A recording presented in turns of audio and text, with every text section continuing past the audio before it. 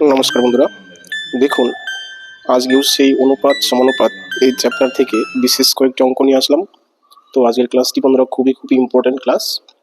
তো দেখুন, বেশিরভাগই প্রশ্নগুলোই বিভিন্ন পরীক্ষায় এসেছিল। তো আজকে কথা না বাড়িয়ে শুরু করছি প্রথম প্রশ্ন থেকে। তো 1 নম্বর প্রশ্নটি বা প্রথম প্রশ্নটি কি বলেছে, যে সঞ্জয় ও সুরেশের মোট ওজন 120 কেজি। সঞ্জয়ের ওজন সুরেশের ওজনের থেকে 30 কেজি বেশি। সুরেশ ও সঞ্জয়ের ওজনের অনুপাত কত? দেখুন বন্ধুরা, আমি দুটো বা তিনটি নিয়মে অঙ্কটা আমি করে দেখাচ্ছি। দেখুন, আপনার যেটা ভালো লাগে, যেটা ভালো বুঝেন, সেটাতে আপনি করতে পারবেন। তো দেখুন, আমি কেন একাধিক নিয়মে করছি আপনি বুঝতে পারবেন যে এই নিয়মগুলো জানলে কিভাবে শর্টকাট টেকনিক করতে পারবেন। এই নিয়মগুলো করাচ্ছি। দেখুন কি বলেছে, সঞ্জয় ও সুরেশের মোট ওজন 120 কেজি। আমরা কি করবো, আগে বেসিক নিয়মে, জেনারেল নিয়মে করছি। দেখুন, আমাদের মোট ওজন, মোট ওজন কত কেজি? 120 কেজি। 20 কেজি হলো। এবার কি করবো, এখান থেকে আমরা বিয়োগ করবো কত? 30 কেজি। কেন কি, একজনের ওজন 30 কেজি বেশি। আচ্ছা, বিয়োগফল কত পাচ্ছি দেখুন, 90 কেজি। এই যে আমরা 90 কেজি পেলাম, ঠিক আছে, এই ওজনটাতে দুজনের ওজনই আছে, তাই না? তার মধ্যে কার ওজন বেশি কার ওজন কম, তার থাকবে কি এতটুকু বেশি, মানে 30 কেজি বেশি আছে, তাই না? দেখুন, তাহলে এই 90 কেজি ওজনকে আমরা দুজনকে যদি ভাগ করে দিই, তাহলে প্রত্যেকের কমন ওজন কত হবে দেখুন, 90 ভাগ কত, 2, যেহেতু দুজন লোক, তাহলে কত হবে? 45 কেজি। এই 45 কেজি করে দুজনের থাকবেই, ঠিক আছে, কিন্তু একজনের কি থাকবে? 30 কেজি বেশি থাকবে। সেই 30 আমি কি করবো, তার সাথে যোগ করে দিই, বাস হয়ে গেল। তাহলে আমরা দুজন ওজন পেয়ে গেলাম। দেখুন আবার বলছি বন্ধুরা, আমরা মোট ওজন থেকে প্রথমে যত কেজি ওজন একজনের বেশি সেটা বিয়োগ করে দিলাম, তার থেকে যে 90টা পেলাম, এই 90 কেজি ওজন দুজনেই পাবে সমানভাবে। সমানভাবে পেলে প্রত্যেকে কত করে ওজন পেলো? 45 কেজি করে পেলো। অর্থাৎ তাদের যদি সমান সমান ওজন হতো তাহলে 45 কেজি করে হতো, তাই না? তাহলে এবার কি বলেছে, যে একজনের ওজন বেশি, কার ওজন বেশি সেটা আমাদের লিখতে হবে। যে সুরেশের ওজনের থেকে 30 কেজি বেশি সঞ্জয়ের ওজন। তাহলে আমরা লিখবো সঞ্জয়ের ওজন কত। আমি একবারে অনুপাত করে দিচ্ছি, শুধু সুরেশের ওজন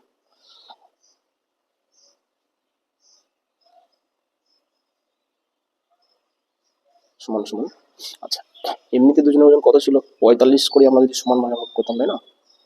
এটা লিখলাম। এবার কার ওজন বেশি? সঞ্জয়ের ওজন বেশি। কত কেজি বেশি? 30 কেজি বেশি, ঠিক আছে। সেই 30 আমি এর সাথে যোগ করে দিলাম, বাস। এই যে আমরা অনুপাতটা পাবো। আমি কেন অনুপাত লিখলাম? কারণ প্রশ্ন করেছি তাদের ওজনের অনুপাত কত, তাই জন্য আমি অনুপাত করে দিলাম ডাইরেক্ট। যদি বলতো সঞ্জয়ের ওজন কত, তাহলে আমরা শুধু যোগফলটা অ্যান্সার লিখে দিতাম, তাই না? আচ্ছা, এখানে কত হচ্ছে? 75 ইস টু 45, ঠিক আছে। আচ্ছা, এবার আপনি কি করবেন, এটাকে 15 দিয়ে ভাগ যায়। 5 15 75, 3 15 45। এবার প্রশ্ন বলেছে সুরেশ ও সঞ্জয়ের ওজনের অনুপাত কত? সুরেশ ও সঞ্জয়, দেখুন এটা আগে আছে, তার জন্য উত্তর হবে 3:5, ঠিক আছে। আমি যেহেতু কি সঞ্জয়ের ওজনটা আগে লিখেছি, এটা আপনি কি করবেন, সুরেশটা আগে লিখবেন, ঠিক আছে। তাহলে একদম 3:5 হয়ে যাবে, তাই না? এটা ভালোভাবে দেখবেন। প্রশ্নে যখন শুরু করেছে তখন সঞ্জয় দিয়েই শুরু করেছে, তাই না? কিন্তু যখন প্রশ্ন করেছে তখন কিন্তু সুরেশ দিয়ে শুরু করেছে, যার জন্য যেটা দিয়ে শুরু হবে সেই অনুপাতটা আগে হবে, এটা মাথায় রাখবেন, ঠিক আছে। প্রশ্নে কিন্তু এরকম অপশন দুটো থাকতে পারে, যে 5:3, 3:5, তখন কি হবে অ্যান্সার? 3:5টাই কিন্তু অ্যান্সার হবে। কারণ দেখতে হবে যে দেখুন সুরেশ ও সঞ্জয়ের ওজন কত, যার নামটা আগে উচ্চারণ করবে তার অনুপাতটা আগে হবে, মাথায় রাখবেন। তাহলে আমরা উত্তর লিখতে পারি কি, সুরেশ ইস্টু সঞ্জয় এর ওজনের অনুপাত কত? 3:5, যেহেতু এটা আগে নাম নিয়েছে, ঠিক আছে। 3:5, দেখুন অপশন সিতে এটাই আসে, তাহলে অপশন সি হচ্ছে উত্তর, ঠিক আছে। আচ্ছা, এটা আমরা কি করলাম, একদম বেসিক নিয়মে করলাম, পাটিগণিতের লেভেলে করলাম, ঠিক আছে। এইবার আসি বন্ধুরা, আমরা এটা বীজগণিতের নিয়মে কিভাবে করবো দেখুন, এর থেকে একটু সহজ হবে, ঠিক আছে। আচ্ছা, কিভাবে দেখুন, ট্রিক্স টু ধরুন, ট্রিক্স টু, যে আমরা লিখবো যে সঞ্জয়ের ওজন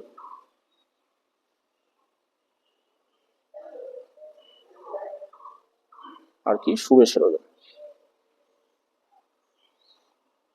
সুরেশের ওজন সমান সমান কি বলেছে, একজনের ওজন আমরা ধরে নিই, যে কোনো একজনের ধরতে পারি।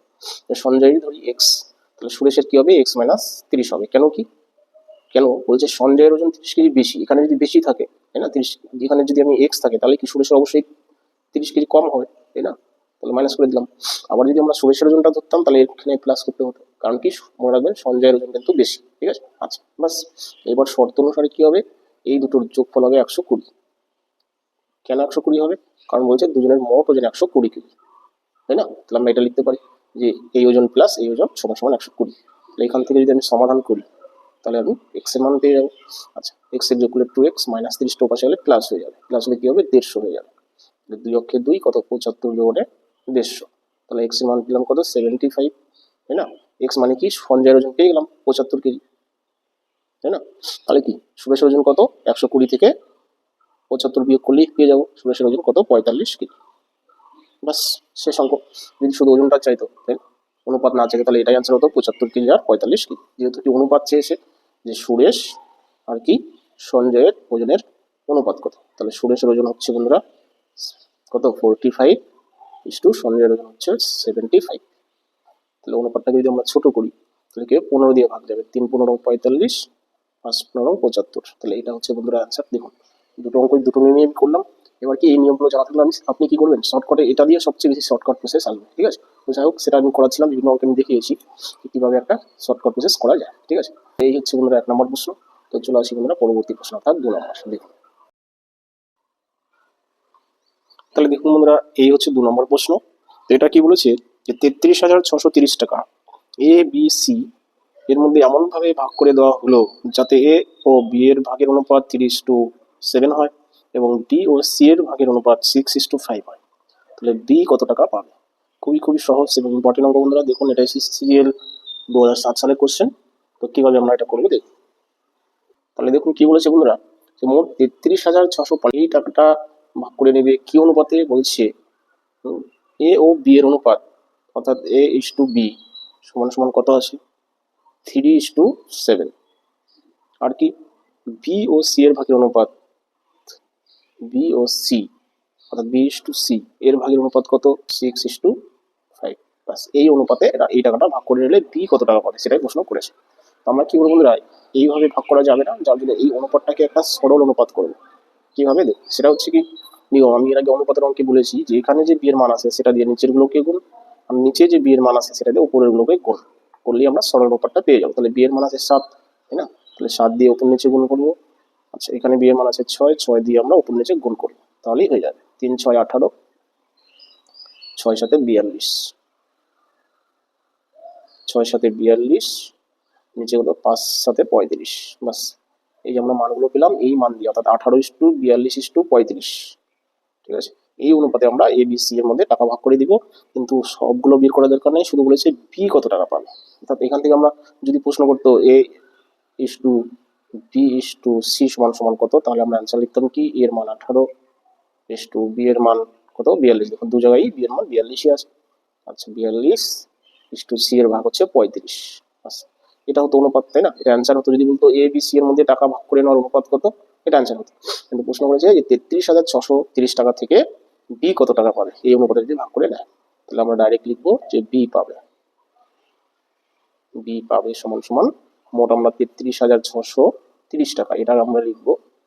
লেখার পর কি করবো ইন্টু দিব, ইন্টু দিয়ে যে টাকাটা পাচ্ছে কে পাচ্ছে বি পাচ্ছে, বি এর অনুপাত কত 42, এই 42টা বন্ধুরা উপরে লিখবো আর এই তিনটা অনুপাতের যোগফল নিচে লিখবো। ব্যাস এইভাবেই বন্ধুরা অনুপাতের অঙ্কের ভাগ করতে আছে। তাহলে 5 2 7, 7 আর 8 কত 15 5, হাতে 1 থাকলো, 3 4 7 একে 8, হাতে রেখে 9 যোগফল, তাই না?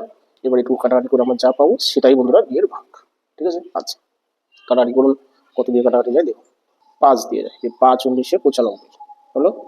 আচ্ছা এবার 5 দিয়ে এটাকে করছি, 5 6 30, 3 থাকলো 36, 5 7 35, 1 থাকলো 13, 5 2 10, 5 6 30 গেল কাটা। এবার কি 19 দিয়ে কাটাকাটি করতে হবে। তাহলে দেখুন 19, তাই না? 19 অক্ষে 19, 354 19 এটা হবে, ঠিক আছে? তা 354 আপনি কি করবেন যদি কাটাকাটি না পারেন এটাকে ভাগ করে দিবেন, দেখবেন এটা ভাগফল আসবে।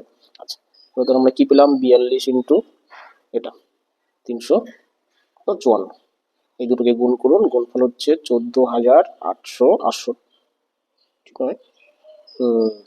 68, ঠিক আছে। আচ্ছা তাহলে এটা হচ্ছে বন্ধুরা কার ভাগ বি এর ভাগ, অর্থাৎ বি পাবে কত 14,868 টাকা, ঠিক আছে? এটাই হচ্ছে বন্ধুরা অ্যান্সার। এটা দেখুন অপশন নাম্বার এ তে রয়েছে, অর্থাৎ অপশন এই হচ্ছে উত্তর, ঠিক আছে? দেখুন অঙ্কটা একটু কঠিন মনে হতে পারে এই জন্য, ঠিক আছে? এটা হচ্ছে বন্ধুরা কাটাকাটি, এটা আপনাকে করতেই হবে, যত শর্টকাট প্রসিজার কাটাকাটিটা করতেই হবে, কিছু করেন, তাই না? তাহলে মেন অঙ্ক হচ্ছে বন্ধুরা এইটুকু, বুঝলে?